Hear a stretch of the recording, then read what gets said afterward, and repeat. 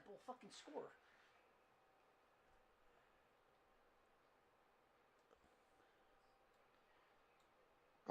Go on, Leaf. Get on, motherfucker. Come on, Peely, get on this shit. Dude, did I tell you I came across somebody with the greatest name for their banana dog in fucking Fortnite? No. Its name is Hand Banana.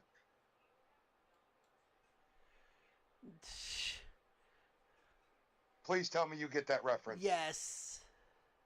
Rockstar. By the way, Ryan, I'm going to put something in the group chat. You have to see this. You. Tonight.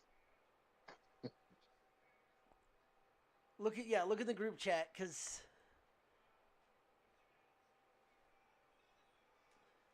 I will when it comes through.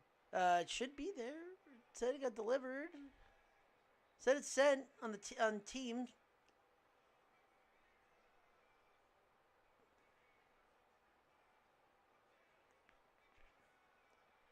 Yes, John. Haunted Mansion. It's the Haunted Mansion crossed with Fortnite.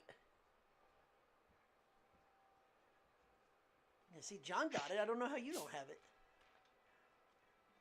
Why is it a Haunted Mansion Fortnite crossover? Halloween's over. Well, no, that's something. Someone did the art of that. Someone just made the art of that, and it's not actually a crossover. That'd be fucking awesome. Ryan, that's basically. Have you ever been to Disney World? The Haunted Mansion ride. When you go in, there's a room that stretches, and they show paintings and how the people died. That's exactly how it looks in the ride. That's why it's a Haunted Mansion reference. And then there's another one that's DC characters that I found, and I love. This one literally is my wallpaper for my computer. I've seen that before. I've seen that one actually before. But all right, going on silent mode again. All right, are you ready, Rye? All right, I'm gonna start, hon. Here, hold on. Oh, and Ronnie, are you going to introduce me as the producer behind the glass now? Okay, there, Fred. Please do that. I would love to get. I pop for that. Hey, it could be worse. We're calling Christian Robin. And who's Mr. X? Chris. Damn.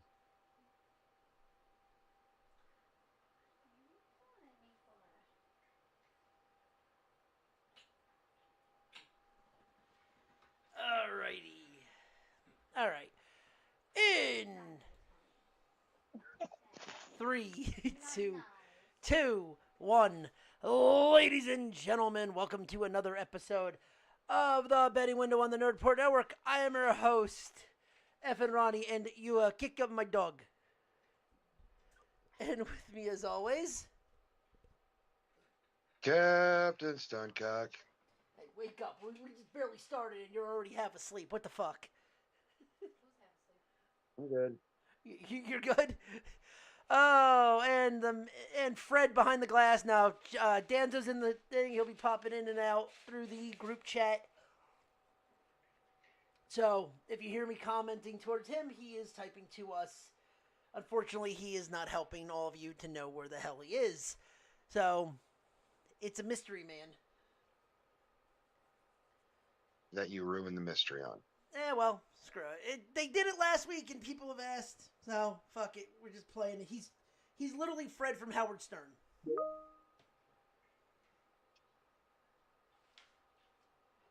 Minus the money. Oh, and on today's episode, obviously, we do our college football picks.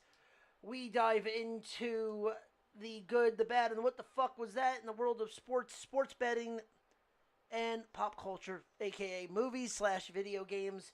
We talk about some movies that have been coming out, as well as some Fortnite rumors.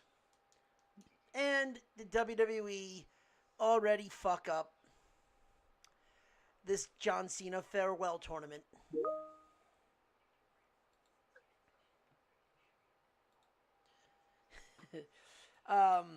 And yeah, I think they did. Let's start with that, Bri. Okay, so if we're gonna start with that, when you say things like "Did WWE fuck up the tournament?" Your AEW fan is showing. And don't say you're not an AEW fan, motherfucker. You watch it every week. No. Okay, then let me explain, because I also have to dive into it. Did they fuck it up? The question is did they? No, they didn't fuck it up. They might have spoiled it, but they didn't fuck it up. But that The fuck isn't up that was fucking letting it up though? The fuck up was letting Moxley drown Darby on pay-per-view. That's a fuck up. Them accidentally spilling who might be the final opponent, it's not a fuck up, maybe a spoiler if people caught it. Well, then again, it's already been a fucking rumor that Edge, Adam Copeland, is the final competitor in the John Cena Farewell Tour. It's not even so much a rumor, it's just that people have A noticed speculation. that today, specifically today, WWE re-uploaded the entire John Cena and Edge rivalry to their YouTube channel. So, like, yeah, that's fueling speculation. But, like, a fuck up? No. It's just something that somebody caught and says, this is weird. Just like we all thought it was weird during Cena and Styles when they referenced Chris Jericho and the Walls of Jericho. Yeah, It's those little things also that referencing know. the Bullet Club and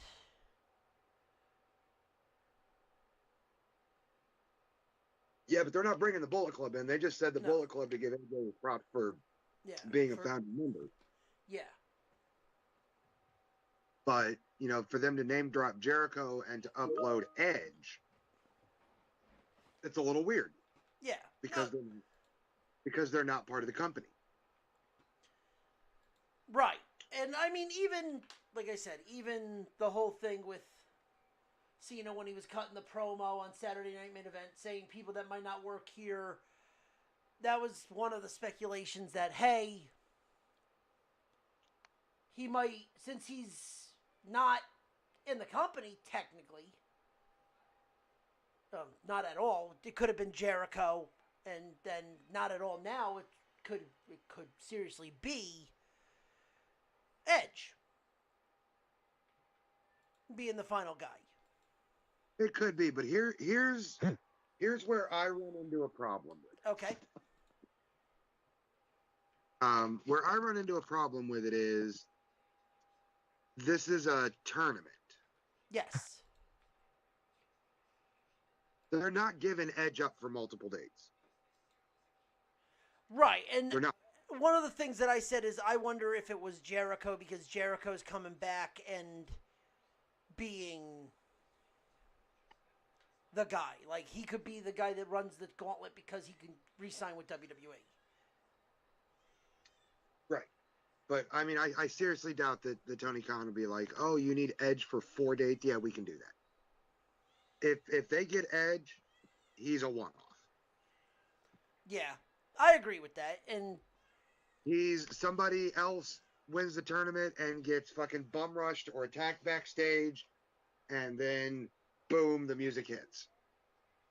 Like, if it's Edge, his return's going to be a shock factor return. Right. Like, that could be somebody that shows up in San Diego. Yeah, he could show up in San Diego, but I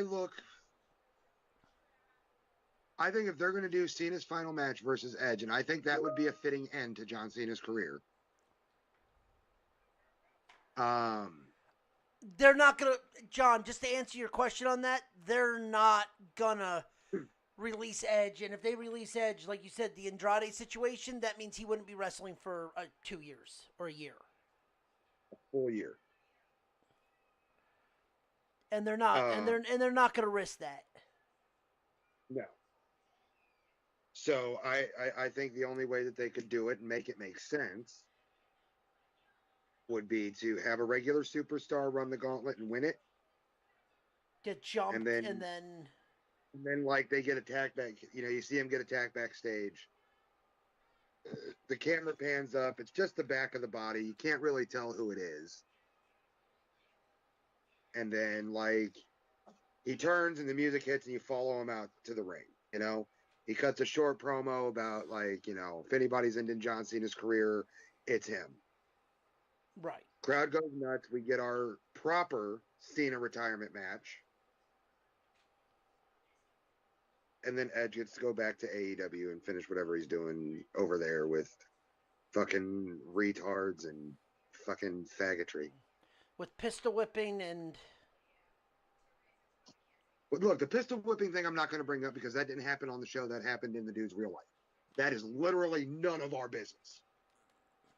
I mean, there's still. As fans, we have to learn to differentiate the person we watch on TV from who they are in real life. The real life dude pistol whipped somebody. It's got nothing to do with us. It didn't happen on TV in front of anybody. Ain't got nothing to do with me. I'm in the same business as him. Ain't got nothing to do with me. The pistol whip incident has to do with him and the dude that he pistol whipped. That's it. Well, if he goes to jail, then it has everything. It has stuff to do with the business if he goes to jail. Because it's still court pending. It's still assault with a weapon. But from what I understand, this happened while he wasn't on the road. He was at home when it happened, correct? No, it was I don't know if it was his day off, but he was still under contract. Doesn't matter if he's under. It was not. It wasn't like he was. Did he walk into his hotel room, go down to the lobby, pick a random guy, and pistol whip him? No, it was a road rage incident. Exactly. It's got nothing to do with the business. That's got to do with the dude and the dude that he pistol whipped and the fucking court system. Wrestling fans need to learn to mind their own business because, like, they're fucking morons anyways. Look what they did to Marty Scurll. Well, at least Marty's semi-back. Marty will never be back. He'll never have the bookings. He'll never be in the demand that he was. Because American fans... his demand is in England right now. That's all that he's getting booked in England. Because American fans got mad at something he did in his home country of the UK where no law was broken. Right. But because it's morally reprehensible and against the law here, his career was ruined. I think these people need to read the laws in Japan and really realize that what he did in England means nothing. Read the laws in Japan. That way they can freak out on Japanese wrestlers over something that's not illegal where it happened. That's what I mean. Like, you think what he did was bad. There's worse other places that are legal. But that's the thing. That are legal. Right. But again, what does that have to do with us here in America? Not a goddamn thing. That's why Marty... No, I agree with Marty never should have been prosecuted the way he was because what he did in the UK. What he legally did in the UK. Yeah, but that's what I mean. What he did in the UK. As morally reprehensible and highly illegal as it is in the United States, he didn't break any laws, but he got drugged through the mud with every other fucking pedophile in America. Yep. So again, let me reiterate. Wrestling fans need to mind their own business because they're all fucked up on faggotry and retardation.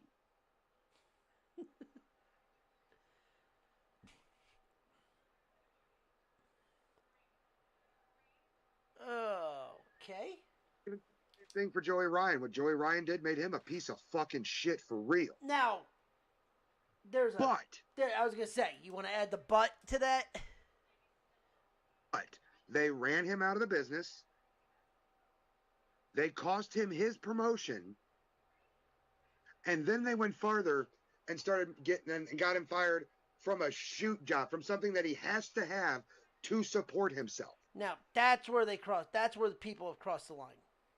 And these are the same motherfuckers. I support indie wrestling. I support indie wrestling. I support indie wrestling. No. You support the females that you jerk off to because you know you don't stand a chance because you're a hideous fucking chud. And you hate on the dudes because they're doing something that you dream about doing, but you're too lazy to get off your fat fucking ass and train. Oh, I've never Tell me thought I'm wrong. I never said you were. I never said you were, but I never thought I would hear the comment phrase, "You fucking chud," in a conversation that hadn't deal with clerks. They're hideous fucking You chuds of chud. puffy fortune. I thought I was like, I didn't think I would have to hear the fucking. Oh, are you taking? Are you gonna try to take something else back, or? You know what? I will take that shit back. I'll take it back right now. Oh God. Oh God. At least you're not. At least you're not finding anybody named the Sexy Stud or wrestling anyone in that realm. I'm the sexy stud. Oh, listen. They're not gay. They're hobbits. Yeah, Look, I'm 37. I fucking defy you to tell me anything that I said is fucking incorrect or infactual. Just because you're right doesn't mean you're correct. But at this point, you actually are fully correct. I am fully correct.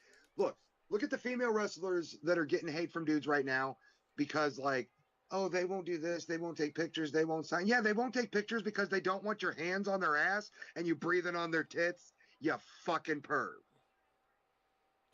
Dude, Okay, I've because been. you got a plastic fuck doll at home that you wrote Mariah May on doesn't mean Mariah May gives a fuck about you. So I'll pulling the curtain back and legit story. I'll say this: I'm friends, like I am acquaintances with a lot of female wrestlers. I talk to them. I'm friends with them. I'm friends with them backstage of this. You know how awkward it is that I don't want to give them a hug because I don't want anyone to fucking think I'm a creep. And I know them. Yeah, and that's how it is. That's how it is, and it's because of these fucking. I'm gonna say it again. Chuds. These fucking chuds. These fucking 390-pound, fucking 5'4" neckbeard hobbit motherfuckers. Wow, specific on the fucking height. No love for the short king. But no, like, oh, she's a bitch. She wouldn't sign for me. Right, dude. She wouldn't sign for you for a couple reasons. One, 9 out of 10, you brought something fucking weird to her, like you bought a replica of her ring gear. And we all know that once she signs it and touches it, it's going to end up in a crusty wad on your floor. So God bless this person. Had Gail Kim. See, he's known to have wrestlers, any type of wrestler, not just female and male, to sign unique items. Nothing sexual, nothing bad, but unique items. Like see, when you say unique items, I'm afraid somebody's going to walk up to me with a Viking dildo. So, no, nothing sexual. Nothing sexual. And no, he got Gail Kim. And I'm not going to lie. If somebody walked up to me with a Viking dildo and said, Reinar, will you please sign this? You might. I'm probably going to sign it because that's fucking dope. So, no. So, one of them is he got Gail Kim to sign a spatula.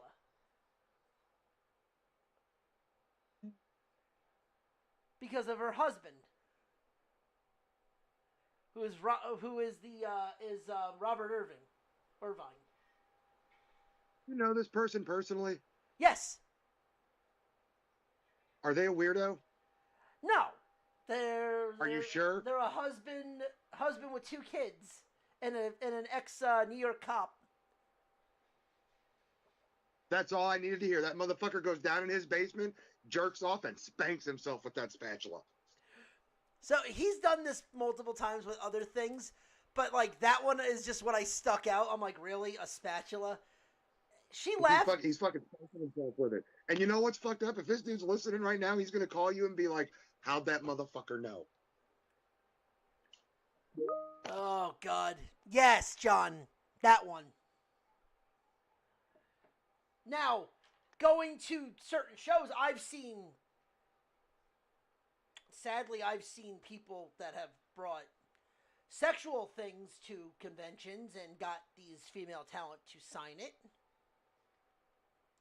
I think that is disgusting. I agree. But do they sign it?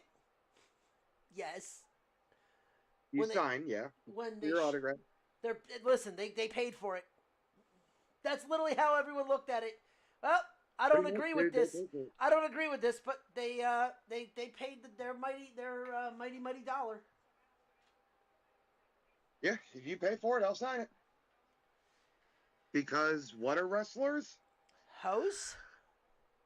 Whores. Who's? The who's? We're all whores.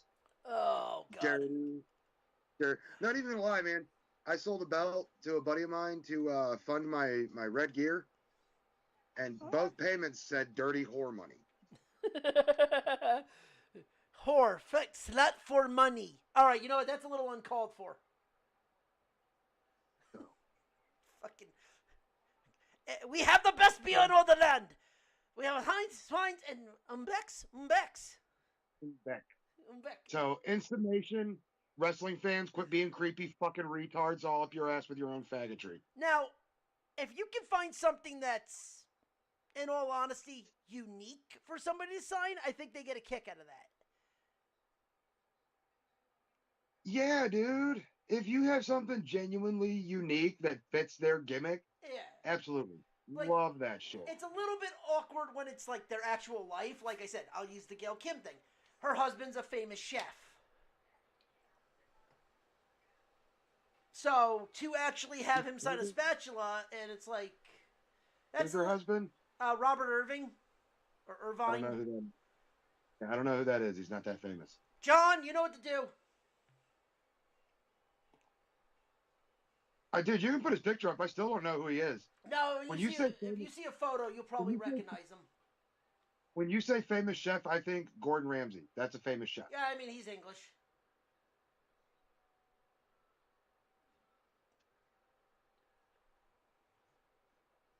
But it is what it is on that. But again, like I said, a spatula.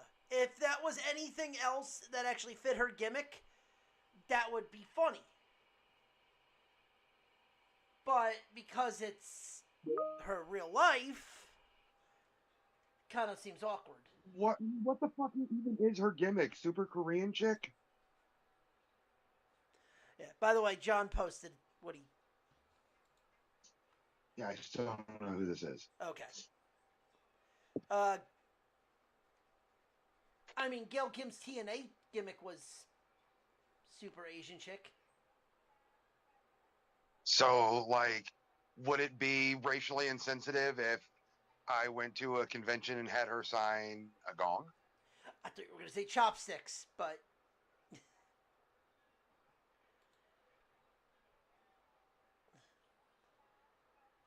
That's like bringing something to Mickey James and bringing a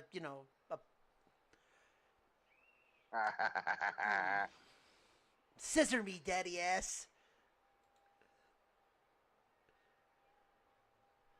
So,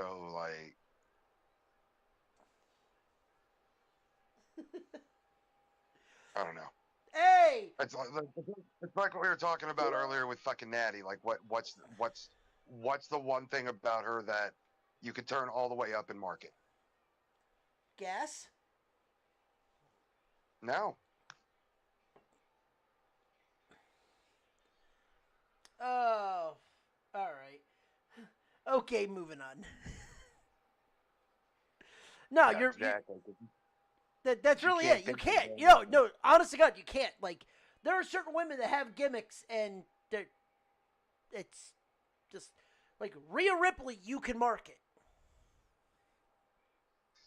Yeah, she's a fucking goth chick. You turn that up to 11, you can market the fuck out of that. Look what they've done.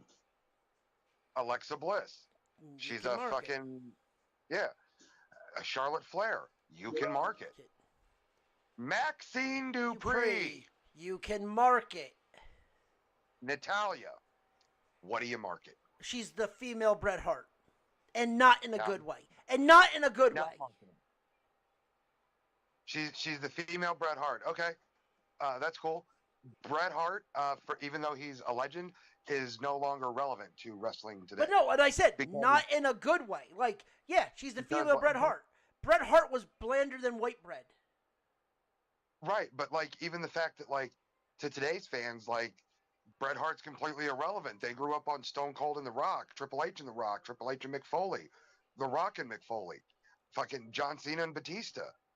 I'm Like, going to say he's- something that sounds insulting, and it kind of is. Natty works on the indies. Now, Okay. Natty can be marketable on the indies now.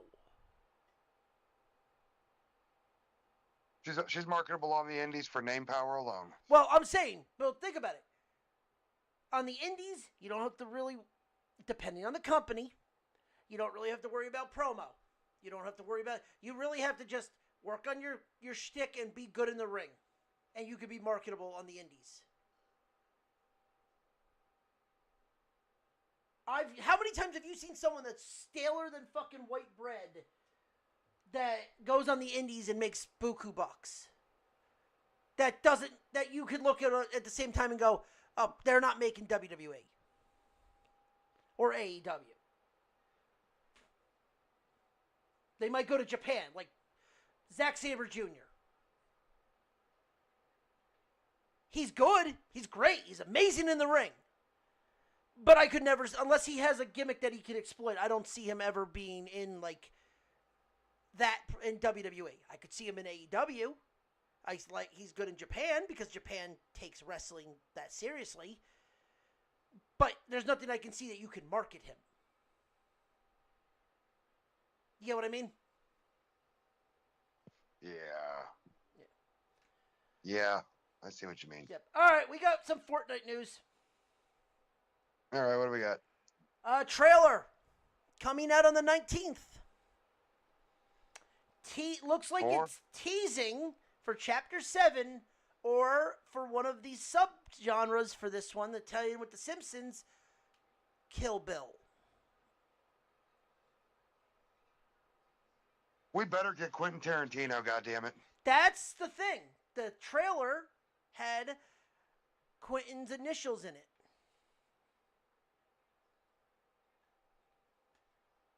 Well, I mean, it should because it's his property, but I mean, like a skin. I want to run around. You want Quentin Tarantino? Yeah. I want to run around and shoot people as Quentin Tarantino while I make weird random foot comments over the fucking group, over the community chat, because Quentin Tarantino's got a foot fetish. I just want a storage unit. Ethan Hawke told Uma Thurman before filming Pulp Fiction with Quentin Tarantino, do not take your shoes off.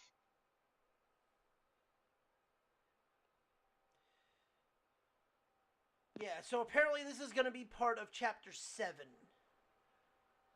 I'm for it, but if we were going to do Tarantino, we better have more tie-ins than just Kill Bill.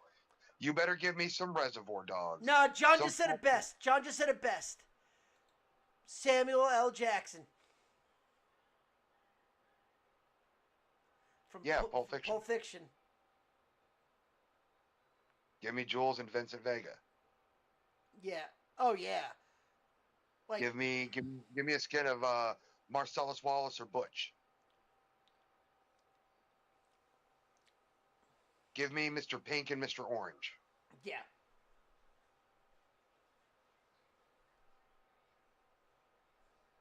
Like, Especially with the passing of oh god. Well, I mean, Chris Penn's dead, and so is who just passed away from Reservoir Dogs? it would be super cool if during this Tarantino tie-in there was like, you know, like you got the airstrike. Yeah. If you could call the wolf. Yeah, that would be pretty freaking cool. But like, yeah, man, or like, give us like Death Proof. Give us the death proof car. Yeah, that would be good in there. Yeah, give us the death proof car. Or give us like the Dahmer goose, you know? Yeah, from Hateful Eight. From Hateful Eight. Or give us give us the bats. Give us World War II weapons. Give me the pickaxe. Ooh. Give me the pickaxe as the baseball bat, the Bear Jew. Like, if you're gonna get into Tarantino, you've got 9 films to choose from. Yeah, like give me the Louisville Slugger. Give me the baseball bat. Yeah. As a pickaxe. Or the big buck knife. Or the big buck knife. Yeah. Or if you're gonna do that, you better give me the sword from Kill Bill. Well, I'm sure if they're putting the bride in, then the Hattori Hanzo sword is definitely going to be her pickaxe. Oh yeah, you better give me the fucking yes. Give me the fucking the M4 from Planet Terror. Fuck that. Give me a DLC character for fucking Oren Ishii.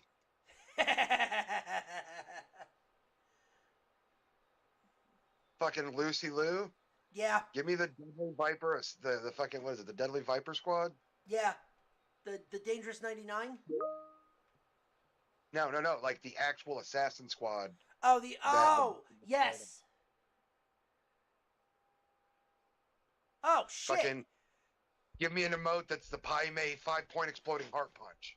Give me you want DLC characters, give me Django. Ooh, Django would be a good one.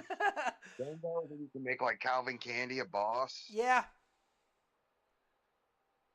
Hey, dude, if you're going to go Western, give me Django and then give me Tombstone. I would love for them to do a crossover with Tombstone just so we could get fucking Val so Kilmer Doc. Yep, exactly. Just so I can walk around and go, I'm your Huckleberry. I'm your Huckleberry. Hey, Epic, are you taking notes? Are you listening to this? Because this is gold. This. You want more people to play your games that are our age, that have disposable money? Take this down. You know they misquoted Doc Holliday. Oh, did they? Yeah, he never said, I'll be your Huckleberry. You've got to remember, he had a very pronounced Southern drawl. What he had actually said to Johnny Ringo was, I'll be your Hucklebearer. Yeah. The handles on the side of the coffin are called Huckles. Yeah. He said, I'll be your Hucklebearer, not your Huckleberry. But with that I always heard Hucklebear. Like, I'm your Hucklebear. With that Georgia accent, you know, I'm your Hucklebear. You can see where. I think, didn't he say, he might have said Barry the second time.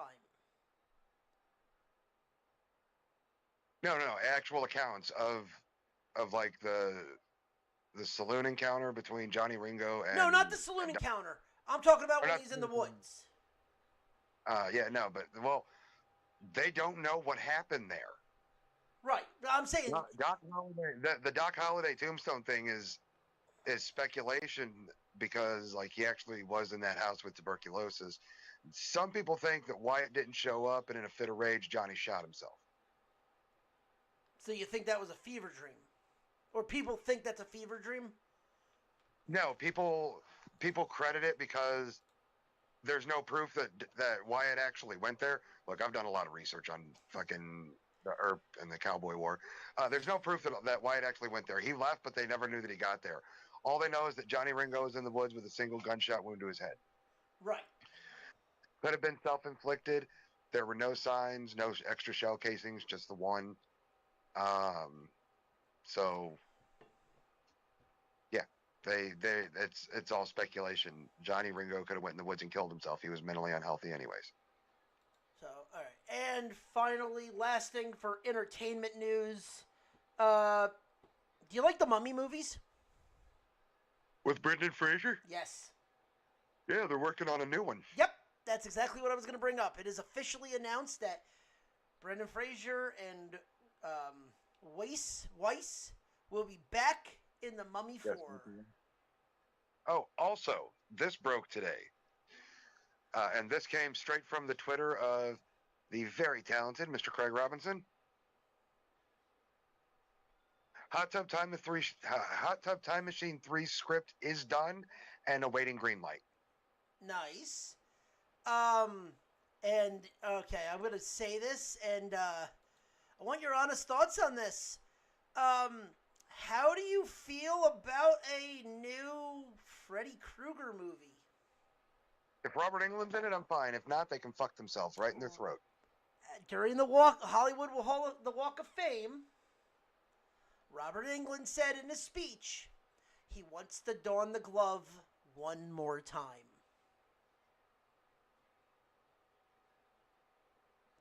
He wants one more Freddy movie. I think he's too old. I agree, but Mr. Snap, he said flat out he wants to do one more. And I'm like, ooh, then what do? Do you do a new Freddy Jason? Because they've been teasing that for years. Or do you just do a new Nightmare? I think Robert's too old. I think you need to recast him. And unfortunately, the only actor that I think that could fill that role and do a justifiable job is also too old to do it. Who would that be? Kevin Bacon.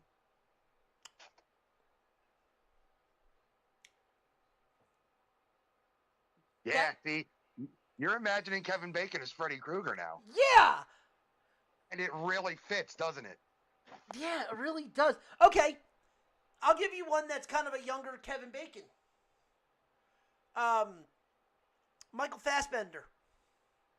I don't think so. I think it's out of his range. Be better than the remake. I think it's out of his range. It's interesting though. Yeah, Kevin Bacon is Krueger. But yep, that's interesting. But all right. Well, with that being said, hello, Christian. What's up? Nothing. We're gonna dive into a topic that John brought up to me the other day, and we're gonna talk about one of the topics is the world's top 10 worst Major League mascots. Have you ever seen any of these? Well, if you're looking in if you look in the group chat, they're all there. The top 10. Mm-hmm. Let me pull up. Did you guys know about the Yankee one? Why the fuck is Robert Irvine in the group chat? We were talking about. Better yet, don't even answer. I don't want to know. We were talking about his hot Asian wife. Oh, because they dropped she is fine. I ain't even gonna lie about that. Okay. And Ronnie was top like, 10 worst mascots in the MLB. Okay. Okay. Oh, he's not that famous. I ain't heard of it. So. I have seen the Brewer. Okay. So, yeah. Number 10 is the Texas Rangers Rootin' Tootin' Ranger. He was based off the 1991 storybook of Chippendale's Rescue Rangers.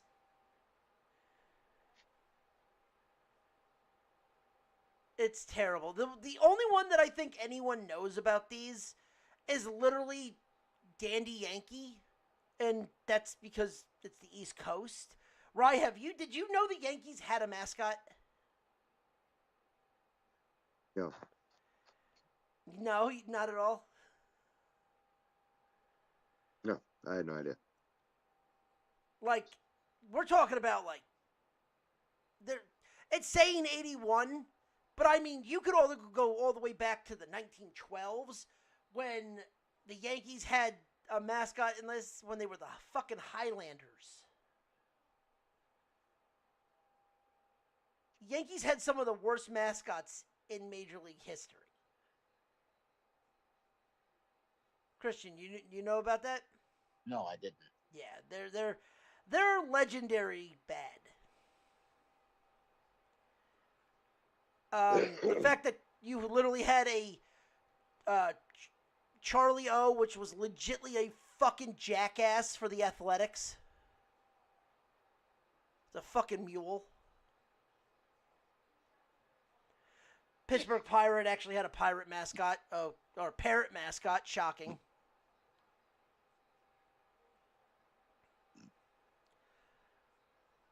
I don't know why this one's here. Chief not a homer? Really? Not a homer. Not a homer. For the Atlanta Braves. And the Giants had a fucking giant crab.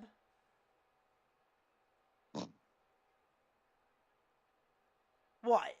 Someone laughed. Yeah, me.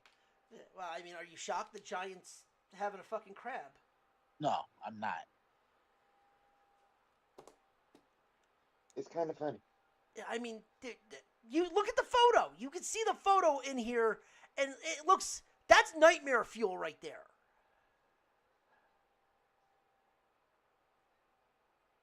That looks like it's a gay horseshoe crab with a catcher's mitt on.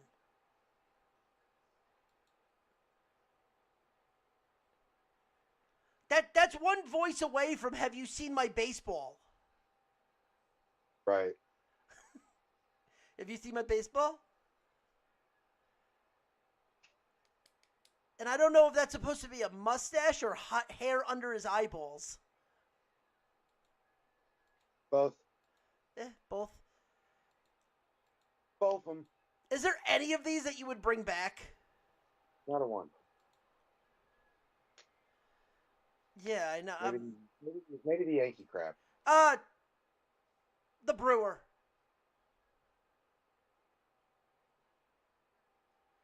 I mean, he's kind of already there. He's still there, just without the mustache.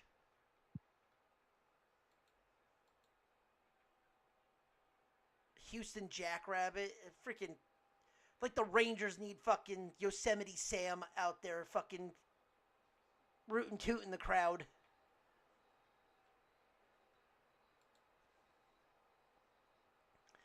I don't know.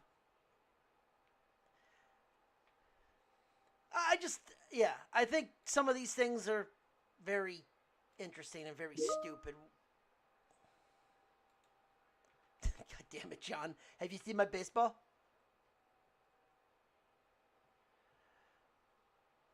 Okay. All right. So, I mean, is there anything else? Like, did you guys want to... I know we want to talk about this, but there's not a lot... Like, there is a lot to talk about with it, but, like... I don't know what else really to say. I mean, is there any other mascots that you would want to see gone? I want to see Mr. Met replaced with Mrs. Met. Mrs. Met is already there, and apparently everyone has fantasies about her. Figure that shit out, because apparently, I don't know who's in there, but I've heard one person go, well, she's got a fat ass. I'm like, that could I hope be... it's a dude. So do I. That's the thing. I heard that. I'm like, that's some Chris bullshit right there.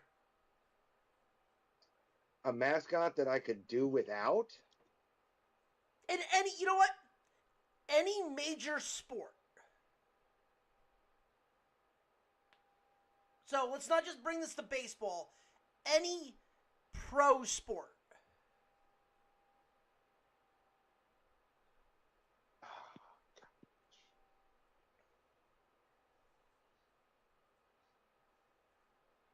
The Philly. Fanatic or Gritty? The Fanatic. I love Gritty. But I could do without the Fanatic. You know what?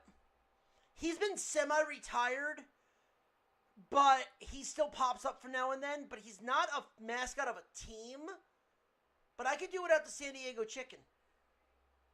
I could also do without the Colt from Indianapolis. Oh, Bluey? Yeah. Do without him. This one's gonna piss off my local people, but I could do without Bluey in St. Louis. What the fuck does a blue teddy bear have to do with the blue note? Not a goddamn thing. I'm going to say one that might piss a lot of people off, but it doesn't technically have a team to be a mascot for. Green Man? No, Youppi.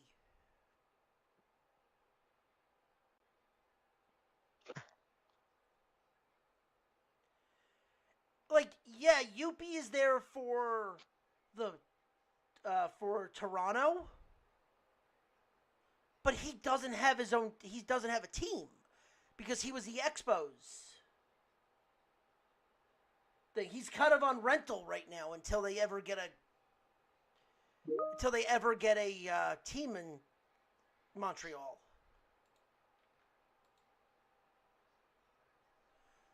No, not that version of Youppi, John. There's a white one that they use now because they retired that look. There's one that's literally for hockey, and I can do without it. Ryan, I'm surprised you didn't say Kansas City. They have a mascot? Yes, they do. Can we set it on fire?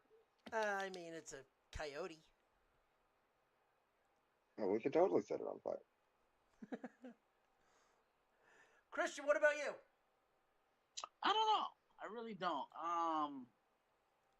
Of course, I'll say that. That Red Sox mascot. I don't care how legendary he is. He sucks. Red Scott's the Red. What? Oh, okay, yeah. I know who you're talking about. I don't know the fucking name of his though.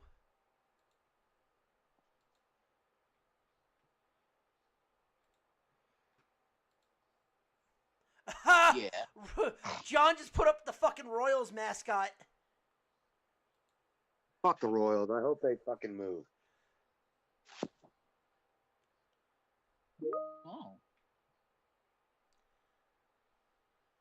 Oh. Yeah, there it is. He just put the Red Sox mascot in there.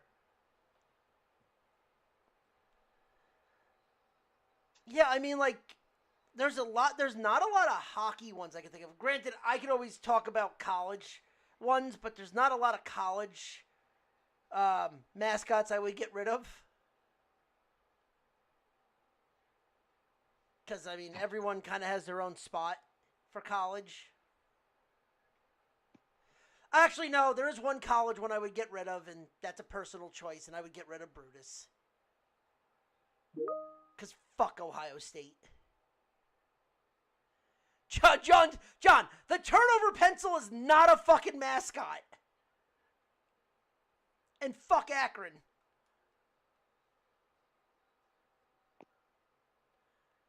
Fucking can't even have turnover pencil. They barely can keep their academic fucking scholarships in order.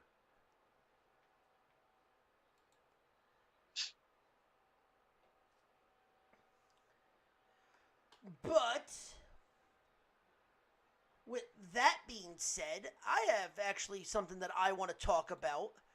Diving into the now, I guess you could say debunked top 25 for college football. And how to put it. College football needs to do away with the full-blown AP poll. Now, I don't think they should get rid of the rankings, but I think they need to get rid of the AP poll. And meaning is by the fact that they need to get rid of any writers from voting for any writers from voting on college football on the ranking systems. Now, obviously this week that means nothing because the college football playoffs have already happened. or is happening. Right. So now you're actually getting 13 people making decisions, and they're going by how it is. So if anyone doesn't know, the AP poll is run by, I want to say it's 500 writers.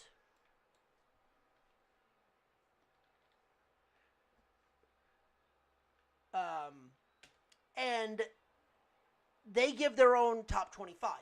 And each position has points on there, and then they take those points, put it together, and then they go by the rankings. So, like, for an example, like this week, Ohio State's one, still number one. Indiana, the top 8 or top 7 haven't changed since last week. The problem is you're getting a lot more name.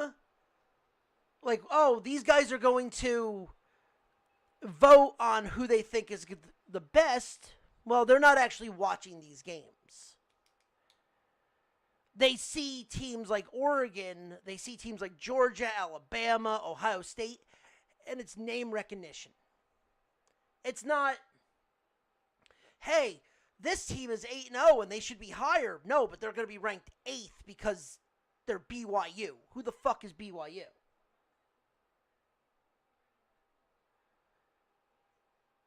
Personally, what I think they need to do is, and Christian will remember this, Ryan, I don't know how well you would know this, they need to go back to the computer system for the AP poll,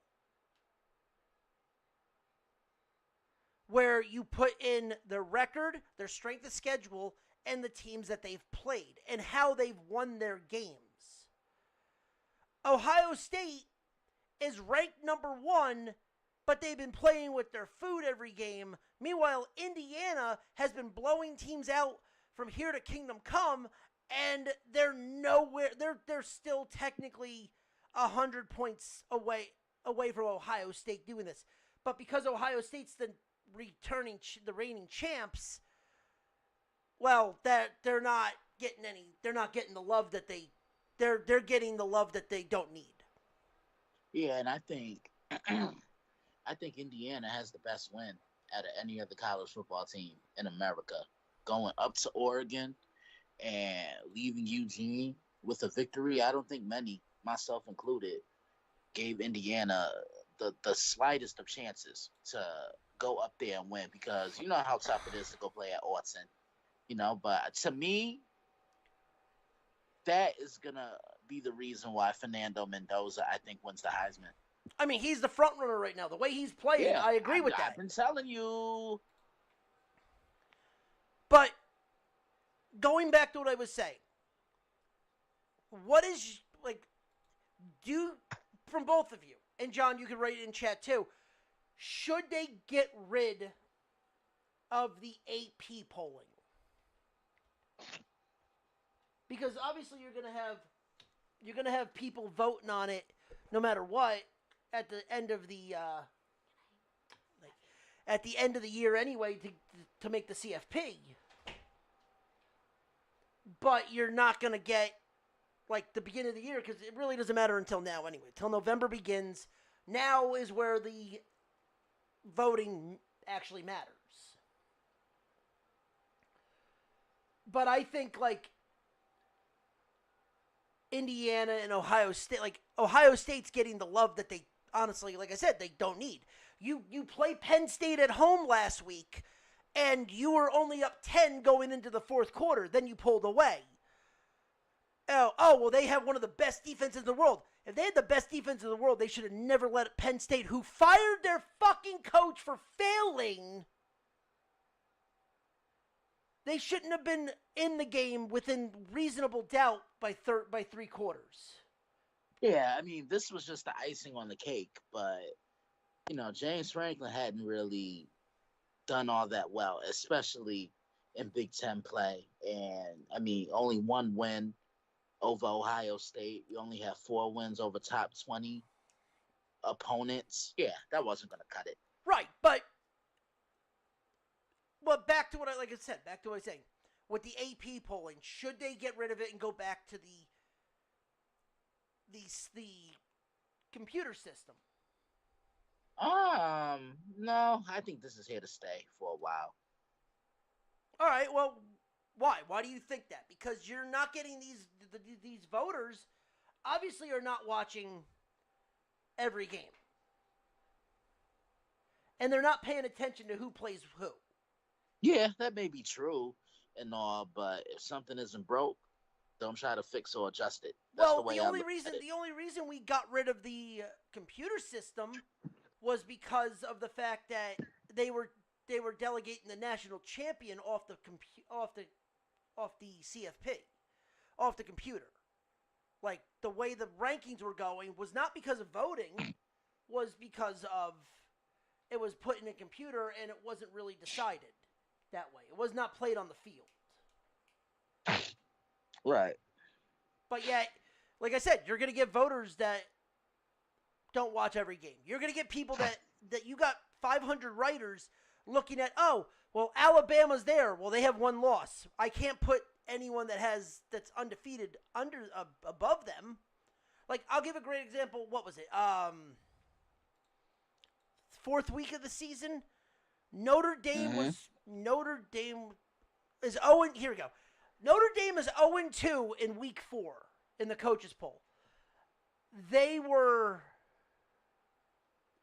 in the AP poll. Where are they? They were 24th and they were 0-2. How are you still ranked and you've lost your first 2 games of the season? I mean, look, it was a combined 4 points. I think that has a lot to do with it. Like I've been saying all year, we could be talking about Notre Dame potentially being undefeated. Yeah, I know. I normally don't play the what if game, but if they clean up some of those mistakes that they made in week 1 against the U, and I mean they let a prime opportunity slip from their hands against Texas A&M, and ever since the Texas A&M loss, this team's been rolling because they're running the ball. You know, they're playing stingy defense, and most importantly, they're getting productive play out of CJ Carr. Yeah. Ryan, what do you think? I'm with Christian, man. If it's not broke, don't fix it. Like, if it's not broke, don't fix it. It doesn't need it. But yet we fixed it before because they were declaring the national title from it. This was just like it was never broke to begin with. They changed it because the national title was being determined by a computer, not by the writers. But yet the writers are not really getting it right either, it feels like. Because I'm sorry, I get why Ohio State's ranked number 1 going into this, because they're the returning champs. I get it. But who they played. Like, if you actually look at their schedule, the best team right now in the nation is either Indiana or Texas A&M. Hey, I can't disagree with that. Now, I'm not saying Ohio State doesn't deserve to be in. I'll give a good example right now that no one's going to understand why until you actually look at their schedule. Ohio State is this year's Clemson.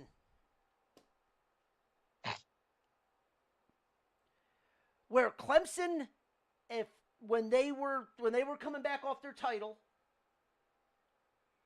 had the easiest cupcake schedule to the point where if they lost one game, they were out of the playoffs. And they lost one game and got kicked out of the top 4.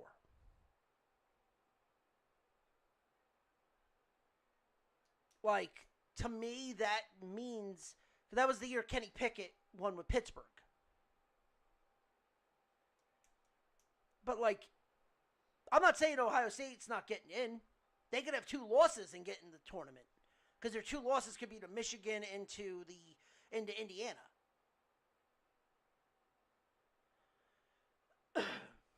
But in the long run, I think that, like, okay, yeah, they're that, but at the same time, you have to win with conviction. Like, you need to actually win the games. Mm-hmm. And I don't think certain writers, will actually look at that. And there's some writers that do stupid shit too. Like one writer had South Florida as the number 1 team in the nation. Like, that's just a waste of a vote. Yeah. Like, if you're not going to take it seriously, then why are you doing it? That's the other thing, too. I really wonder if a lot of these writers take it seriously.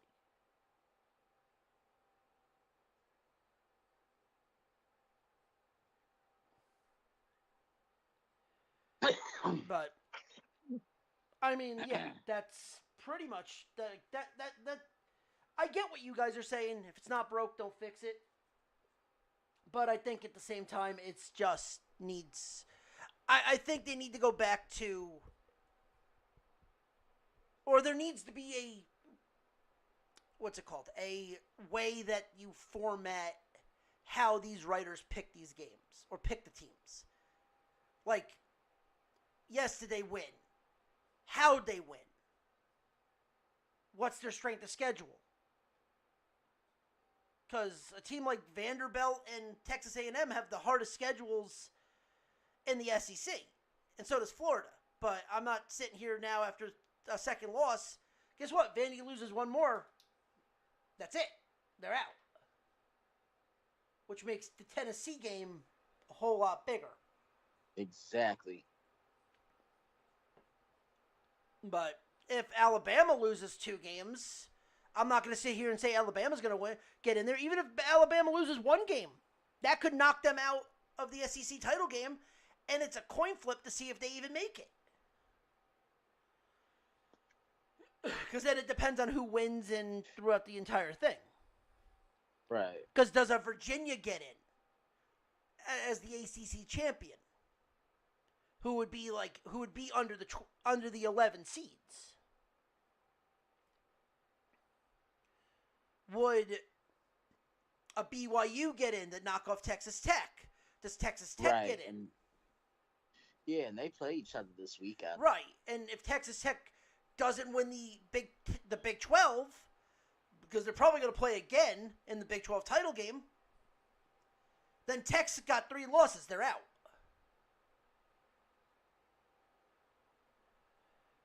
Or could Georgia Tech beat Virginia?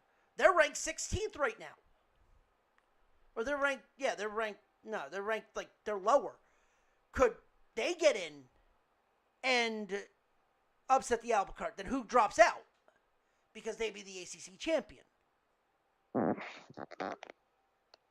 There's a lot of factors that go into this.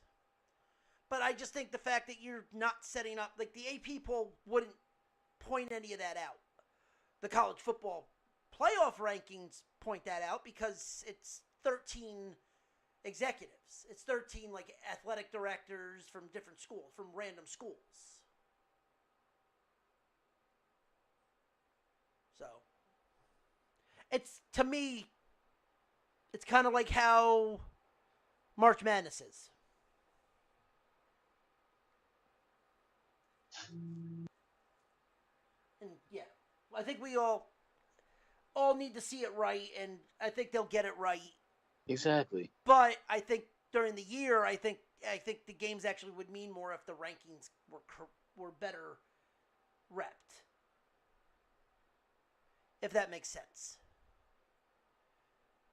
Mm-hmm. So, Rye, what do you think? I have no opinion either way. Okay. No, it's just I don't follow. Yeah, it's just something that I kind of was like looking at and being like, huh, it's interesting that it's just like that. Yeah, most definitely. Yeah. Makes as much sense as how Lehigh is fucking 4th in the nation in the FCS. How the fuck are they? What the fuck are they? How the fuck are they 9-0? I'm gonna tell everyone right now, if you're even a fan of college football, get ready for this 1AA tournament coming up, because the top 12 there is insane. You can get fucking Harvard, who's undefeated, versus fucking Monmouth versus Lehigh and Montana versus Montana State. There's a shit ton of rivalry games that could happen in this game. Yeah, I'll be back, guys. All right.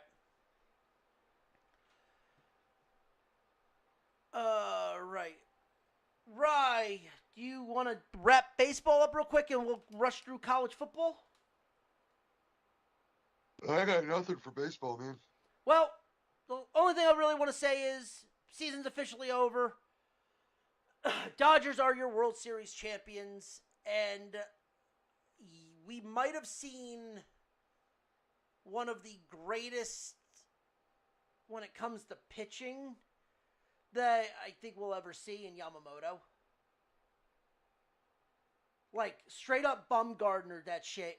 Went in Game 6, pitched 6 innings, then turned around and pitched a perfect ninth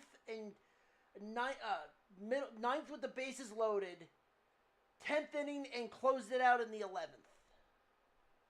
On 0 days rest.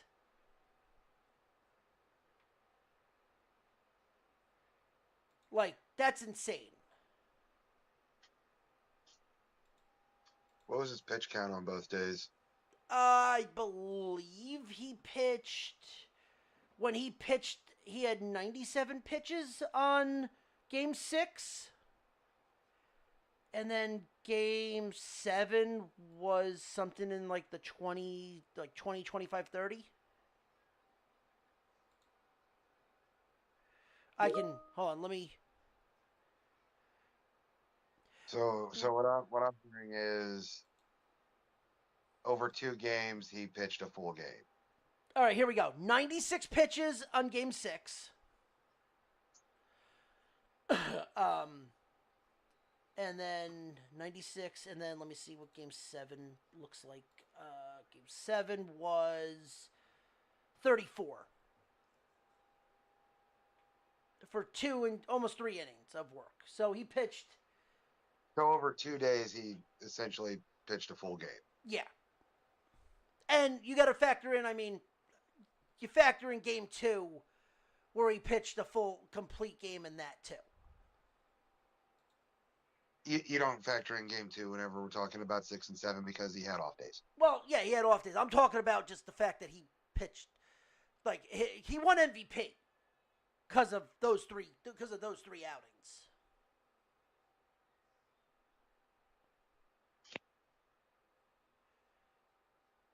But yeah, to come in and close the game and slam the door in the 11th after no day's rest is fucking great. Like that's it's good that he was young, but that's fucking nuts too, because you would think like you don't see that often anymore because they don't pitch like that often. Correct.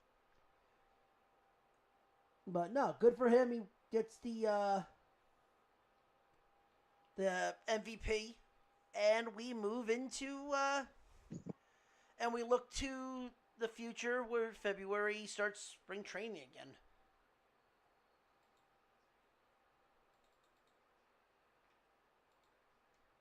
Because God forbid, there's not going to be. You want to take a guess where your team's at for next year already? Where? 75-1. The Athletics are better than you as of right now. Obviously, we haven't even hit free agency. Okay, okay. So this is the point where we look at people and say, if you're betting on this, you have a problem because the season just ended. There is nothing going on, and you're betting on it. You'd be surprised, and the degenerates will bet on this shit. That's the fucked up part. Like, oh, they're 75-1. They're literally 0-1 because the season's fucking over. Yeah. And next season doesn't count until next year. Until February. So for them to be like, oh, they're 75-1, yeah, y'all are some fucking degenerates. Go fucking get help. Yeah, I mean, you're not wrong. That's fucking ridiculous. Oh, they're 75-1 to win next year, and the season just ended days ago. Like, yeah, go get help because you got some serious fucking gambling problems if you're betting on that shit. No, people do not bet on free agency, John. There are certain places that will allow you to bet on where a player goes, like a Pete Alonso. I bet you those places also let you bet on the Special Olympics. Yes, I was gonna say those are more offshore books. There's not a lot of books in the United States that would allow that. I mean, shit, there's a book where you can bet on like you said, Special Olympics. I'm not even kidding about that. There is actually a book you can do that. But you could also bet on the hot dog eating contest. We've talked about that on here. You could bet on the Academy Awards. Shit, you can bet on the fucking presidential election. In some places. Yeah. Like you said, Hey, right? everybody that bets on this stupid shit, that bets on teams in the off season and whatnot, you should make a bet with yourself to see if you can get a fucking life. Get a fucking job. Get a fucking job. Quit jerking off with that rabbit skin you once found in the woods. Stop trying to find a shingina.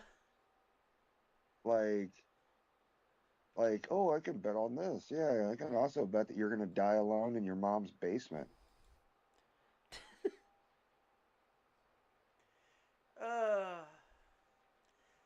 Like the people that take those bets, I bet they live with their parents their entire life and then probably for a few months afterwards.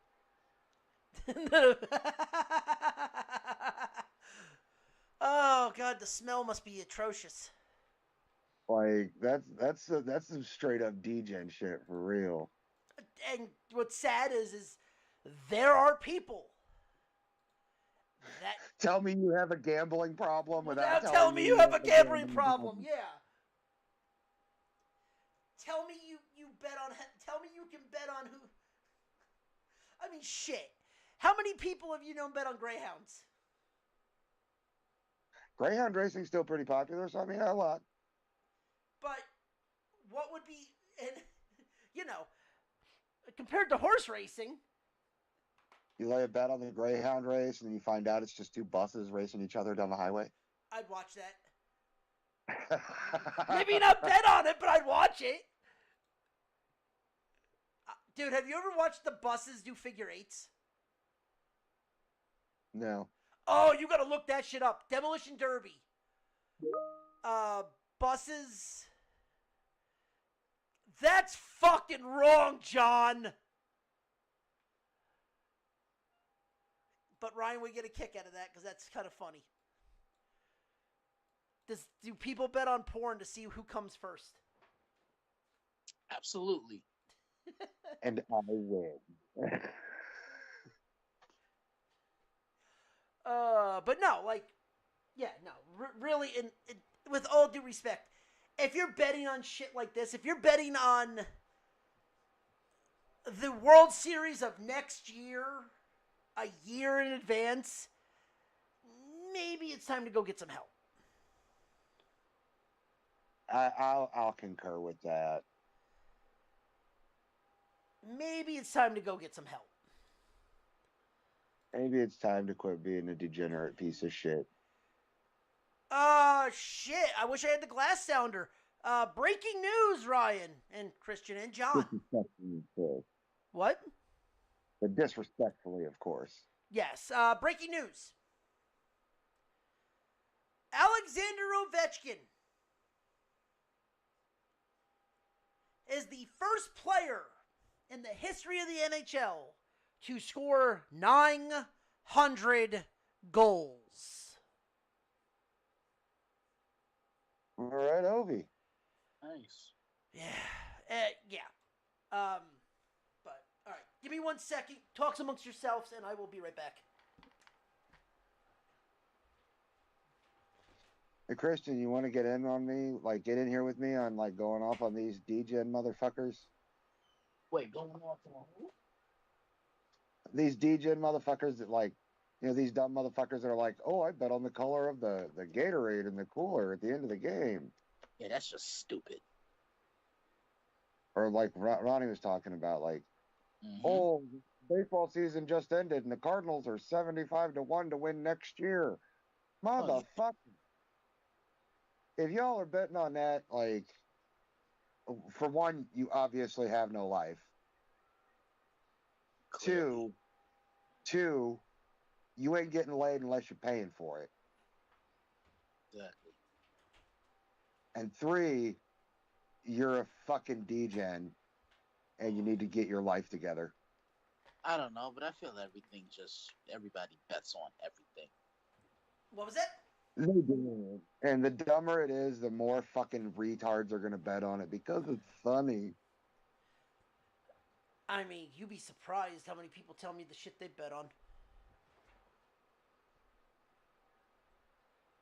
I'm going to come out to New Jersey and I might not make it back home.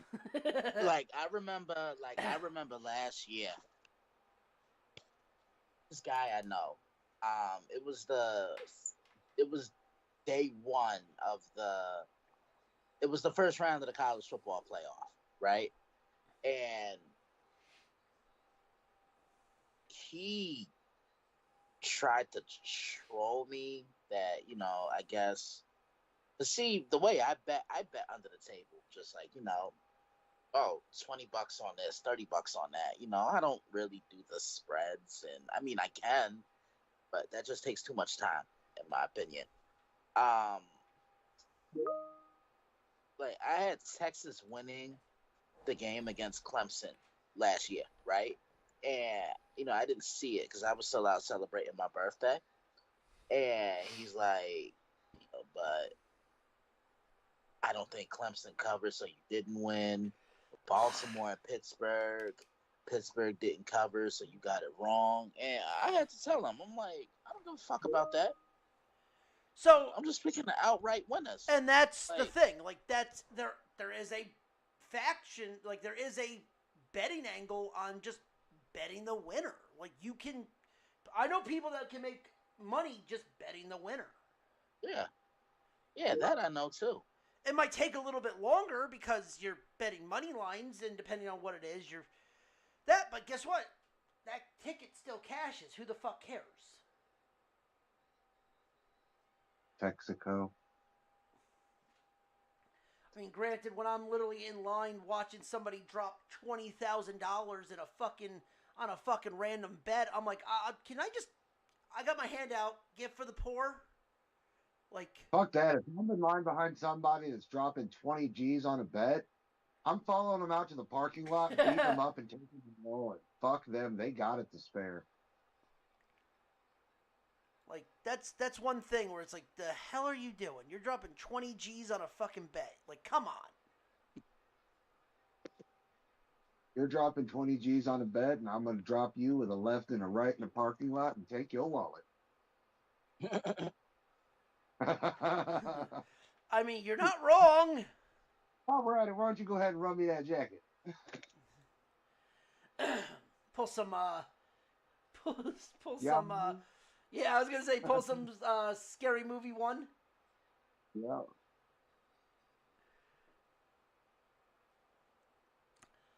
But that's fucking. What? You know what? That's fucking crazy. All right, so I heard a story at work today from a coworker about this fucking. Apparently, this dude that hangs out down here at one of the local bars, and he's real noticeable because of his trench coat, and he was like offering him he's like, I'll go to the bank now, and I'll get you guys a check for $80,000 cash for that truck, blah blah blah. And I'm just like, you point that motherfucker out to me, and let's see how much money he's got. Yeah, right.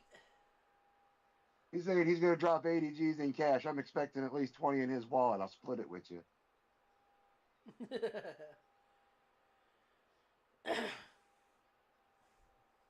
The Nerdport does not endorse violence. Reinar does.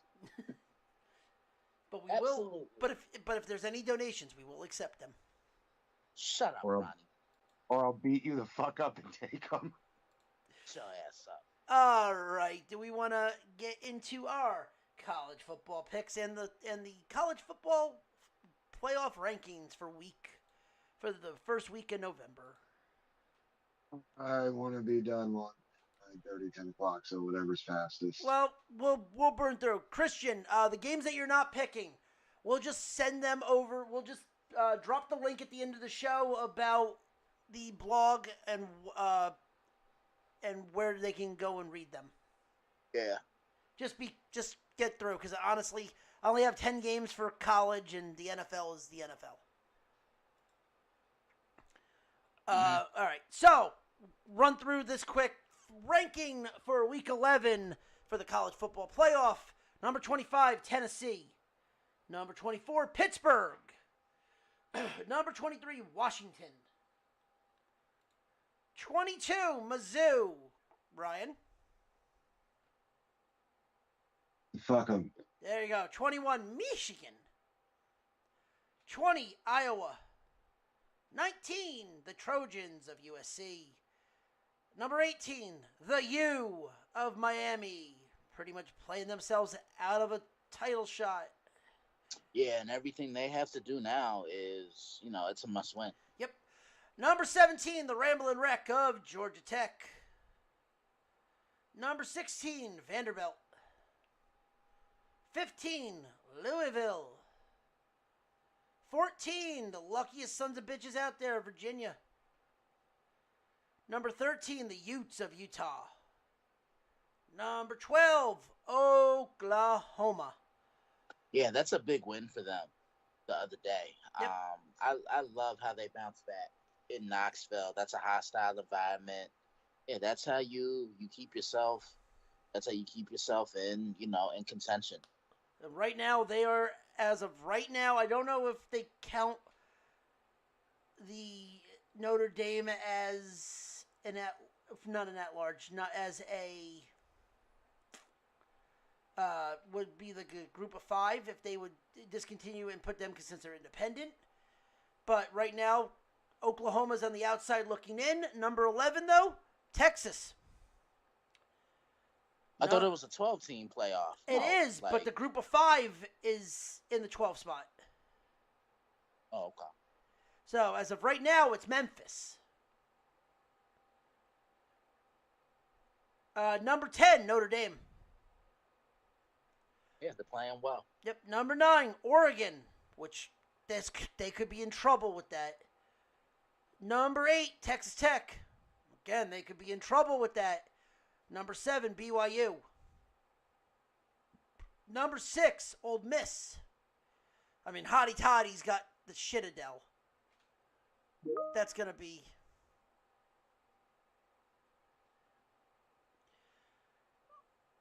Anything baseball, John, we'll talk about next. Football... He's talking about the NFL trade. Yeah, we'll get into that when we get into the NFL. Because honestly, there's nothing really to talk about other than the Jet stuff. Number 5, Georgia. Number 4, Alabama, which they might be in trouble. Number 3, Texas Tech. Number 2, Indiana. And number 1, again, I get it, but they shouldn't be, Ohio State. Yeah. And they play a team that they're probably going to beat, but for some reason, Purdue likes to play them hard at home. Yeah, they do. The last time Purdue beat them, that massive rainstorm.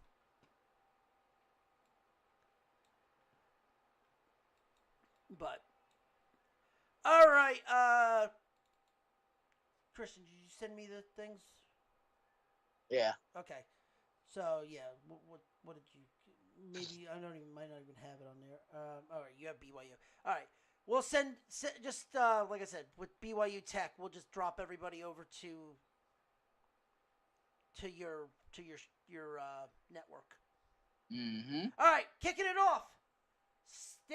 Sigs goes into Happy Valley to take on Penn State. Indiana is a 14.5-point favorite. Again, here's where we sit and we talk about games that mean everything to next to each other. Penn State lost to Ohio State by 14. Indiana needs to rout them, and I think it's going to be more than 14. I think it's going to be a shit ton. Give me Indy. Yeah, I'll take Indy. Yeah. I like Indiana as well. I mean, Yeah. they're a well-oiled machine. They're It's well gonna coached. be an ass whooping. I don't know about all that, but Oh, it's gonna be. I think it's gonna be an they're- ass whooping. I think it's gonna. I wouldn't be surprised. I think they're gonna win by 30. I'm gonna tell you right now. I think Indy wins by 30. Because they're not gonna play with. Because Indiana's not gonna play with their food. They've seen what happened to that. They've seen what has happened with that. Yeah. All right, next, Maryland drives into Jersey to take on Rutgers. Rutgers is a 1.5-point favorite. Well, guess what? Rutgers needs to win this game and Penn State to become bowl eligible. I think they do it. Give me Rutgers. I'm going Yeah, again. I like Rutgers. What were you doing, Roy? I'm going against you guys. Going Maryland? Yep. I mean, the fallen hero spot is definitely in play here because Maryland did fire their head coach. Temple drives up to West Point to take on Army. Army is a 6.5-point favorite. Go Army. Army will win this game, but Temple right now is playing some of their best that they've ever done. Temple will cover this game, but give me Army to win. Yeah, I like Army. Well, then we go on the other side. Notre Dame is hosting Navy. Notre Dame's a 25.5-point favorite. First off, Yeah. spread is fucking way too high for this game. They're going off of what happened last year, where Navy kind of shot themselves in the foot, no pun intended. Navy will slow this game down, ugly it up. Notre Dame wins. Navy covers. Go Irish. Right, what did you say? The Notre Dame. Okay, Christian? Yeah, I like Notre Dame. They're gonna keep establishing Jadavian Love, Jadarian Price. Not Stroud. CJ Carr. Got my CJs confused. Yep. CJ Carr. He's gonna he's gradually climbing the ladder every week. He's improving more and more. Well, he's going to be the top running back coming into the draft. No. But, all right, next game. Oregon goes into Kinnick to take on Iowa. Oregon's a 6.5-point favorite. Upset alert.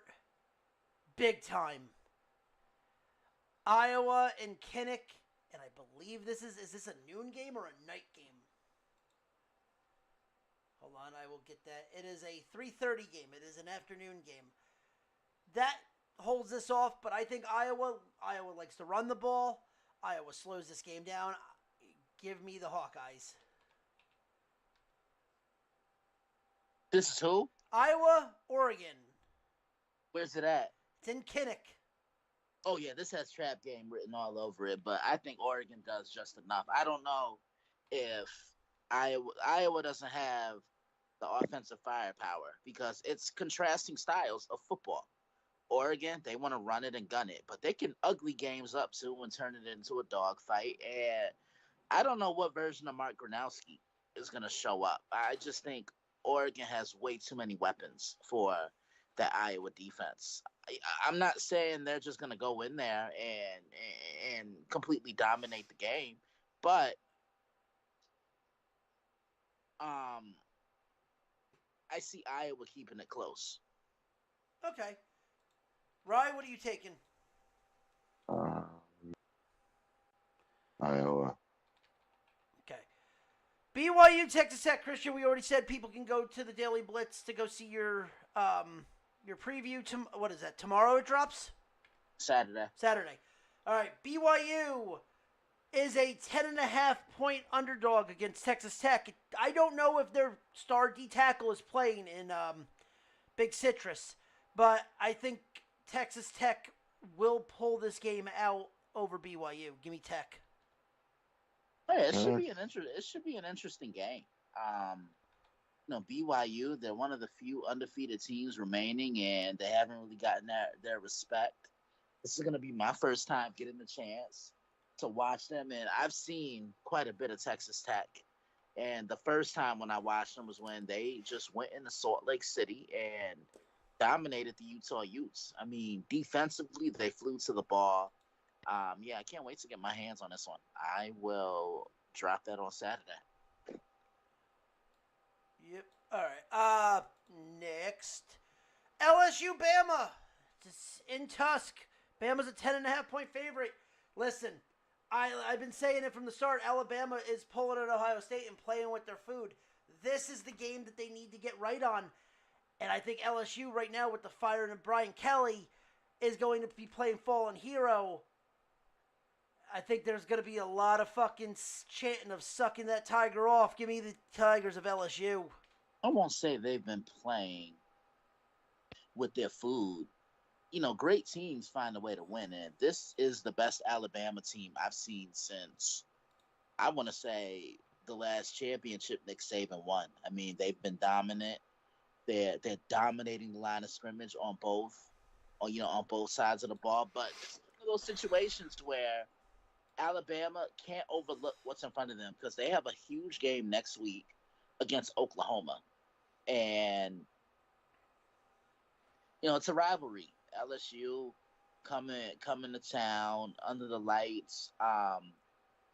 Alabama's going to win this one. And I don't think it's going to be close, to be completely honest. But it does have the feel in the makings of a trap game. Right? I'm with Christian. Okay. This game, Christian, you're not going to understand why I put it in there, but I'll explain it.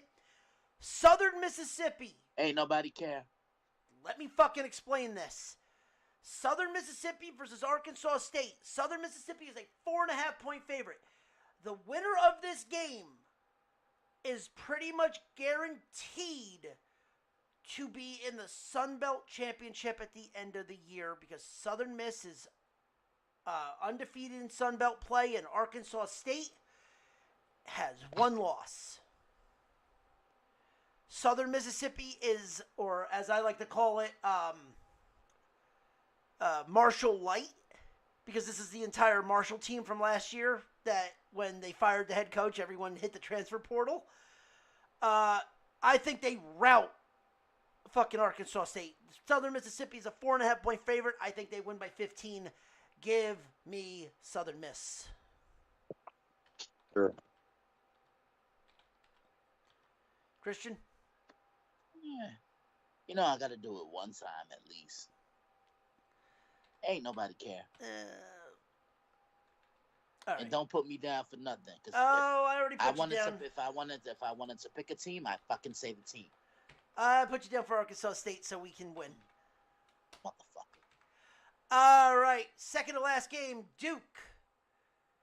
Needing this win to keep en route for an ACC title game, to keep in the title picture, takes on UConn after UConn clinched bowl eligibility. Duke is a 9.5-point favorite. This game is in UConn. This game gets tight. This game stays tight. Duke wins by a field goal. Give me the Blue I can Devils. see Duke winning this game. Yeah, I'm taking Duke as well. Yeah. All right, and finally, boys, well, about that time. Time to fly to the island. San Diego State is a 7.5-point favorite on the island against Hawaii.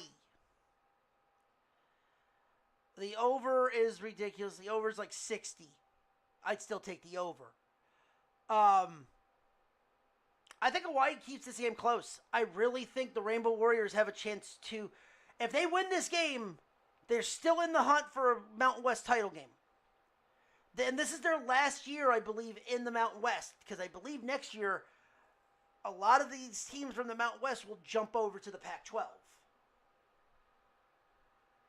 So it kind of makes sense that we're going to get Pac-12 after dark in fucking Hawaii. Give me the Rainbow Warriors. Give me Hawaii.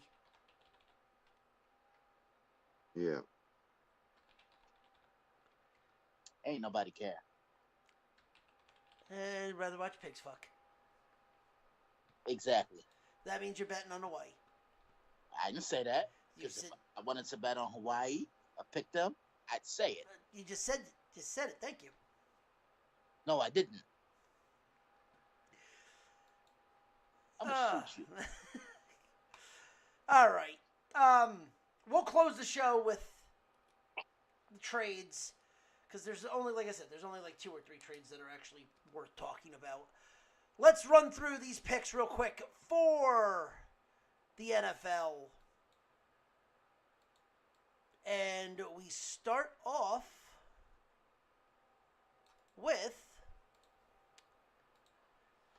okay, hold on. There we go. All right, we start off with the Thursday night football game. The Raiders take on the Broncos. Oofa.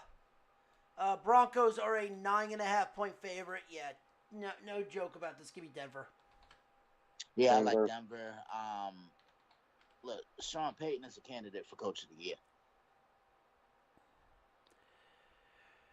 Yeah, I don't think he's going to win it because I think the next team that we're going to talk about is going to win it. Give me the Falcons versus the Colts.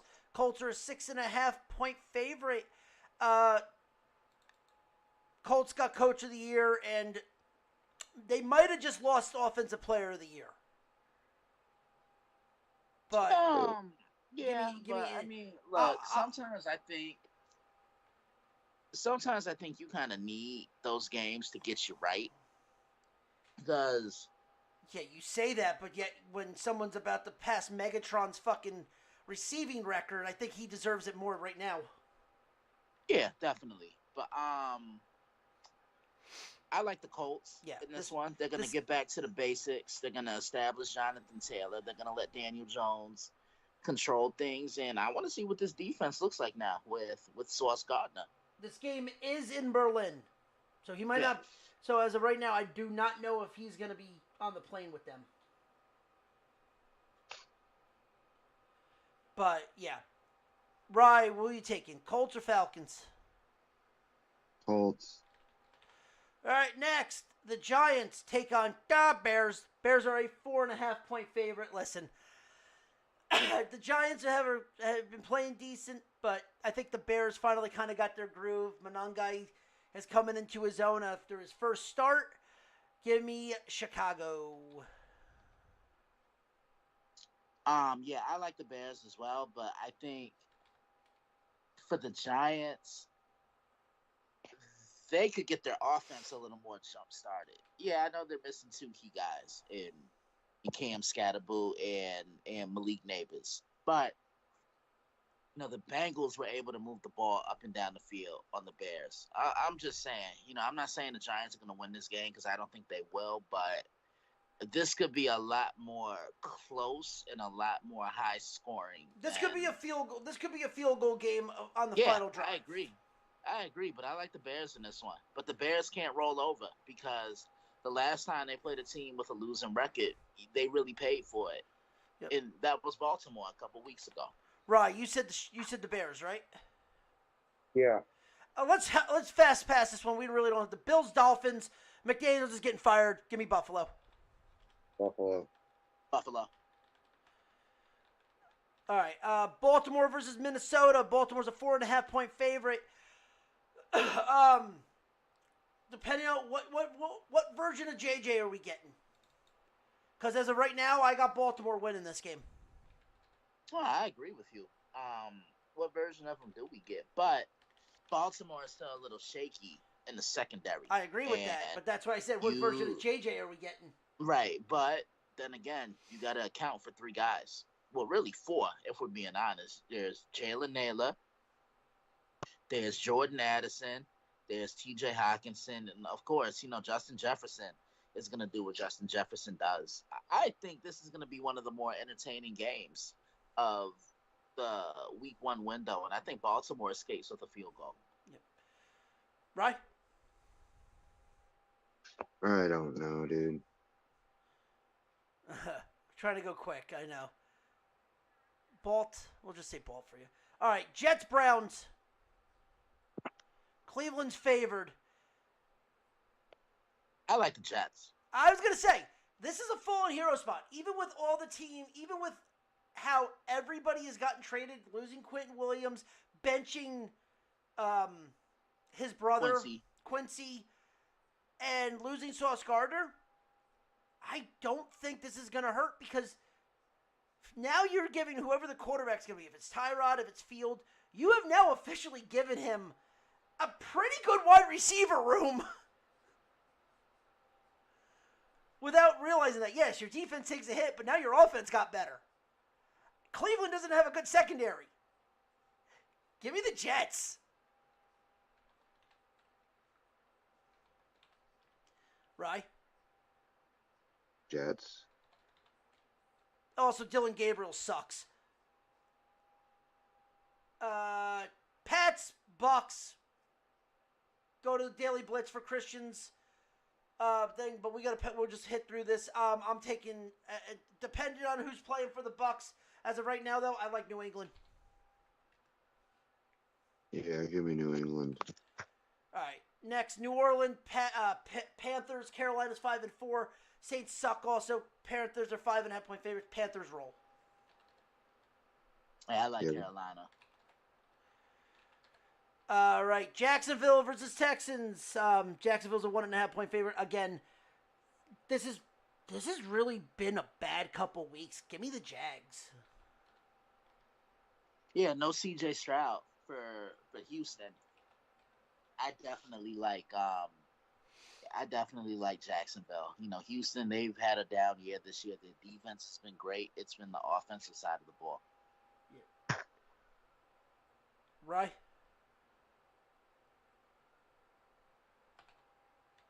We'll just say Jacksonville, Houston. We'll just say the Jags. Yeah. All right, Cardinals, Seahawks. Seahawks are probably one of the best teams in the league right now, and that's not saying it lightly. You have a guy in Jonathan Smith-Njigba who is on pace of passing Megatron's all-time receiving yards. Give me Seattle. Yeah, I like Seattle as well. Sam Darnold, he's regular season right now. I'm not trusting Sam Darnold until if we see him in the playoffs. I'm not trusting him until. He's picking up where he left off in the regular season last year. Yep. All right. The Rams 49ers. Niners.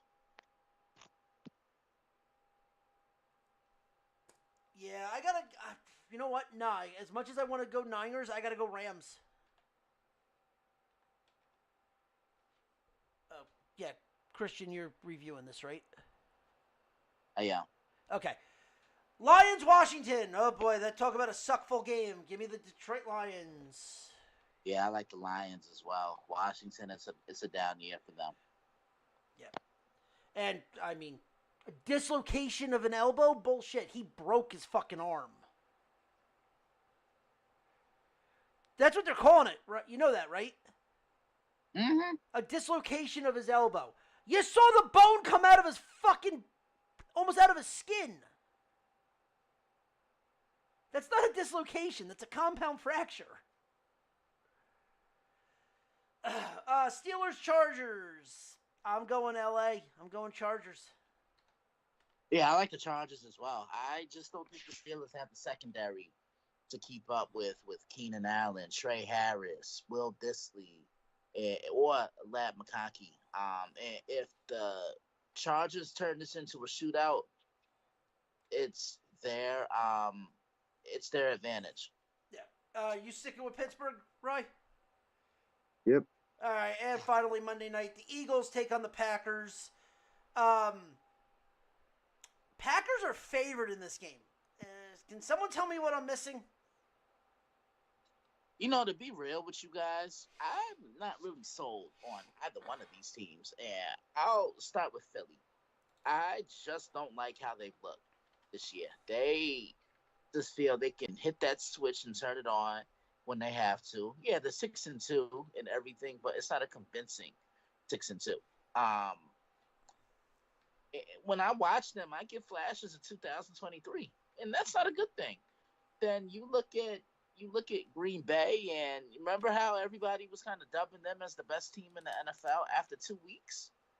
Like, then look at what happened. They go to Cleveland, lose to the Browns.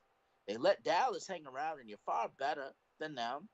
Didn't look all that great when they played the Bengals. Didn't look all that great when they played Arizona. Didn't look good for a half against Pittsburgh.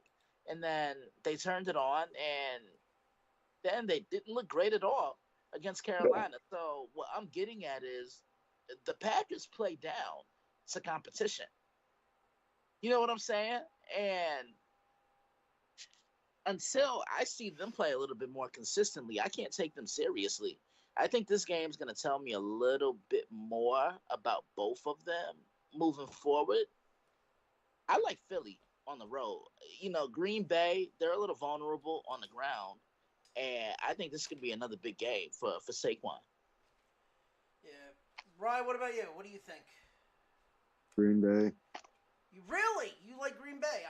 I like Philly. I do not see after how Green Bay played against Carolina. I don't see how Philly can't be better than them, let alone favored in this game.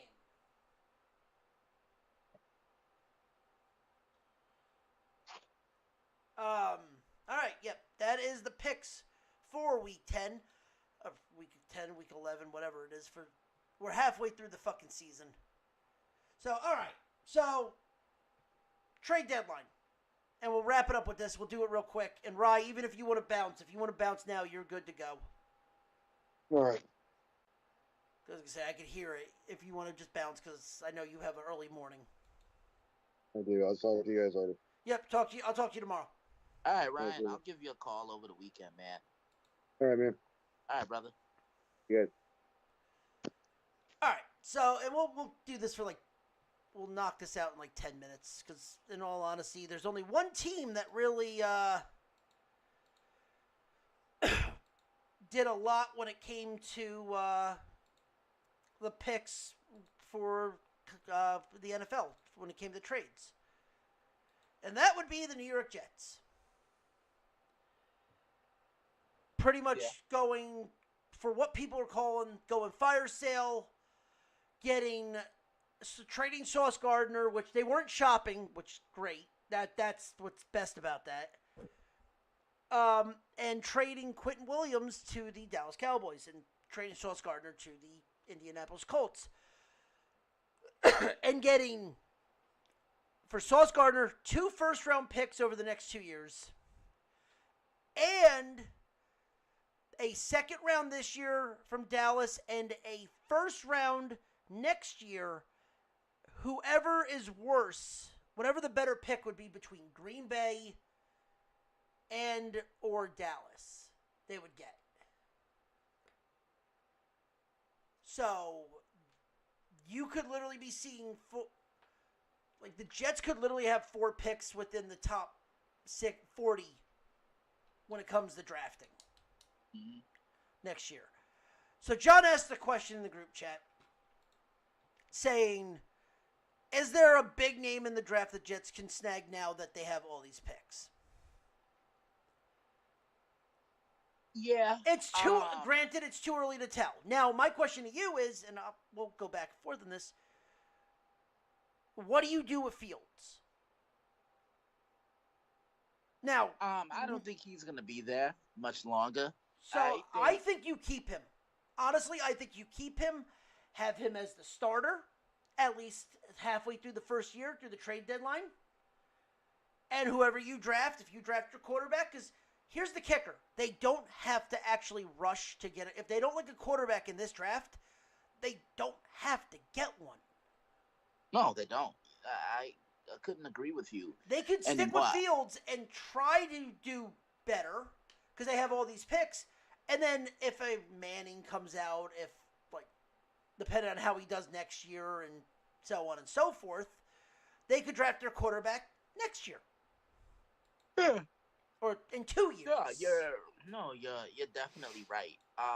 No, I like what the Jets did because it's a hell of a lot better than what they did last year. They look. I knew for a fact Devontae Adams wasn't going to make anything better for the Jets. They had other issues, and the equivalent of what they did was you have plumbing problems and you call a roofer instead. Right. So I'm going to tell you right now, they have so ESPN NFL Draft already has the 7 quarterbacks that are coming out due to being seniors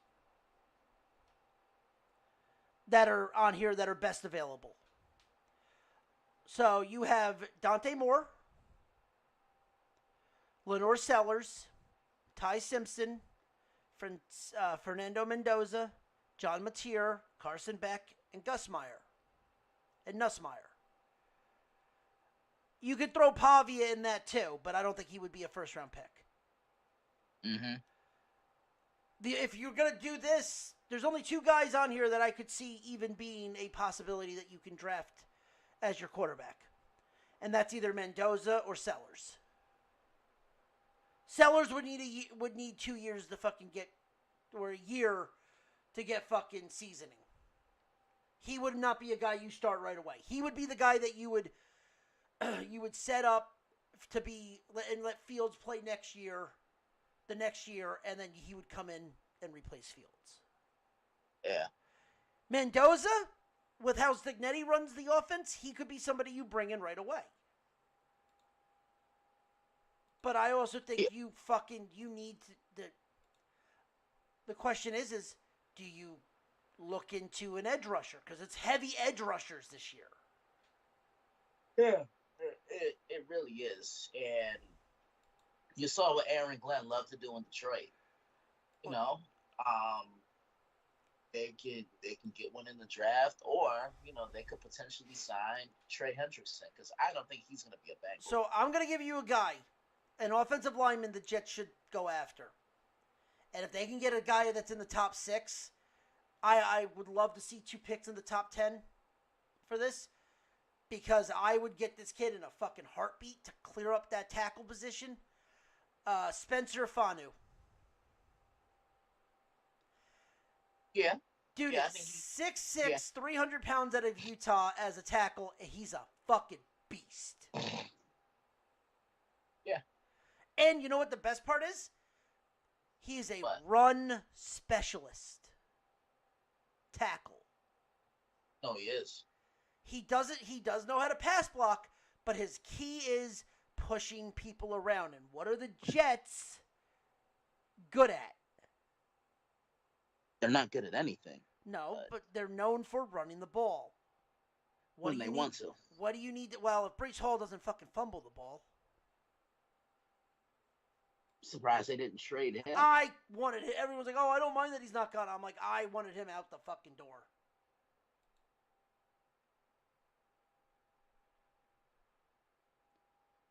Like, yes, do you go linebacker? Do you go D? You don't go D tackle, because I think you can get another. You can buy a D tackle, because here's the thing that no one also talks about too: the Jets are going to be 3rd overall in cap space going into next season. They're going to have the 3rd most cap space in the NFL. Yeah. So, who says they couldn't go out and buy a quarterback if they wanted to? That might be in free agency if they didn't want to, and they could still draft, because someone's like, oh well, what if they go after Baker Mayfield? I'm like, would he really want to leave Tampa? Really? Exactly. Like, not even as a Jet knock. Like, does he want to go from Florida to New Jersey? Like, back to the cold? He just came from fucking Ohio.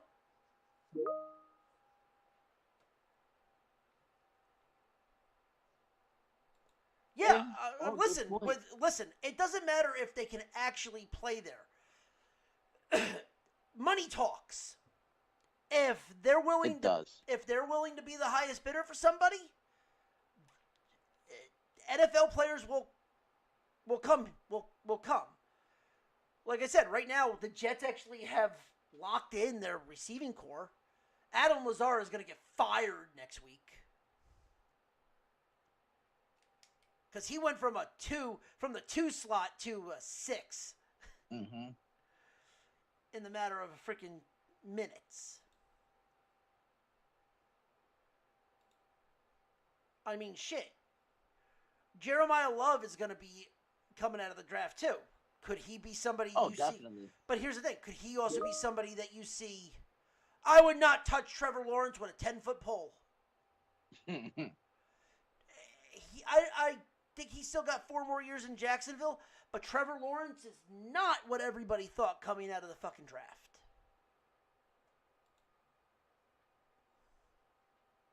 Not at all. I would not touch him. Exactly. Like, obviously, right now, there's also a huge amount of people that, what are they going to get? Like, yes, the trades are good. I think the Jets, surprisingly, as much as they got worse, they actually got better. Like, because you're now going to see a change in attitude. Because I think the best thing was seeing them bench people. Like, hey, we're not taking any fucking shit anymore. If you want to be on this team, you have to fucking earn it. Like Aaron Glenn finally benching somebody for, oh, well, they're not doing this. Well, guess what? Fucking sit the fuck down. Oh, so he finally grew up here? Yeah. I mean, Nice. by the way, he's a defensive guy. It's about time that it's very nice that it finally shows that you fucking bench somebody on defense for not playing well.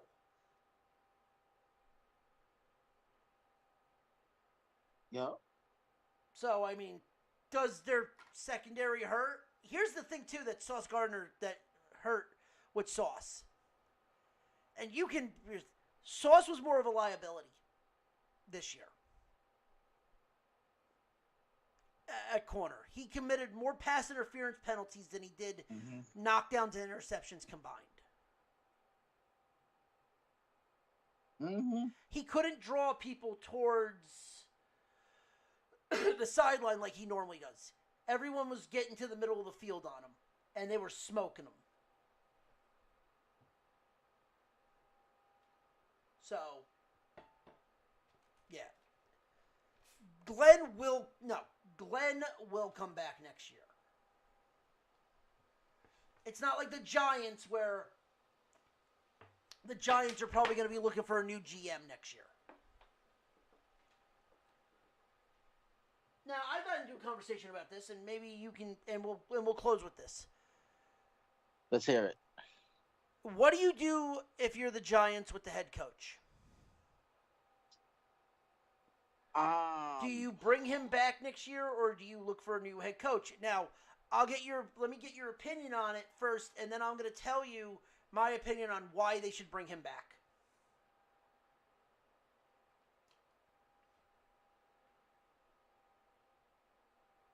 Go ahead. Yeah, I got nothing else to add. So, all right. So here's the thing. What people are not, Joe Schoen needs to get fired because his drafts have been awful. But my problem is okay, you're going to have a new head coach come in and a new offensive coordinator come in to teach Jackson Dart. Meanwhile, what happens when you hire Dable the first time? They got to the playoffs. They got to the playoffs, but you gave him Daniel Jones that he probably didn't want. So then you fire him, and now the next head coach is going to get the exact same thing?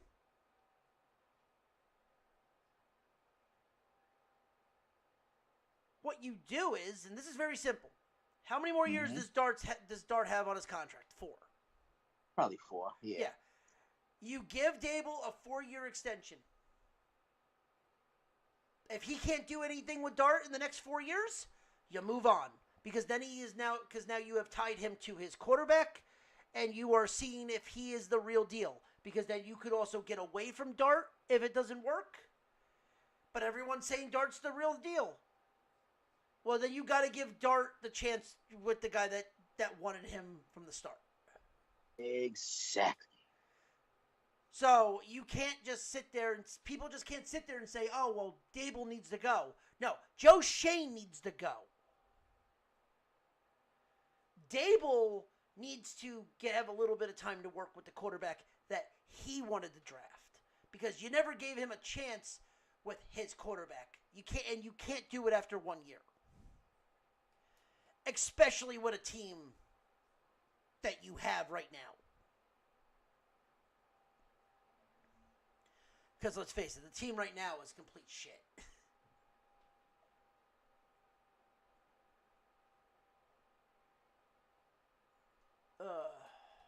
But, okay, I mean, other than that, I don't think we have anything else to add. Yeah, I don't have anything else. All right, well, with that being said, ladies and gentlemen, thank you for listening to the show. If you like what you heard, please follow us on all social media networks under the Nerdport Network. Follow us individually on Twitter at @FNRonnie. At Daily Blitz _61. Follow Ryan at Stuncock STL and John at the Zombie Master. Follow us back here throughout the week as I dive back into the video game world, maybe live stream some Fortnite, some Madden, things like that, as we try to build this network further and further. I should be doing a lot more during the weeks that I have off, so we should be good there. But with that being said, ladies and gentlemen, that is our show. If you like what you heard, tell your friends. But if you didn't, I hope Kerpal comes over to you and kicks your dog. Oh. Tell your enemies, but until then, remind them two different things. One, Bobby Bonilla be still getting paid. And two, there is always a teachable moment. And if you don't believe me, well, then I'm sorry. That's just a fact of life. Yeah. Good night.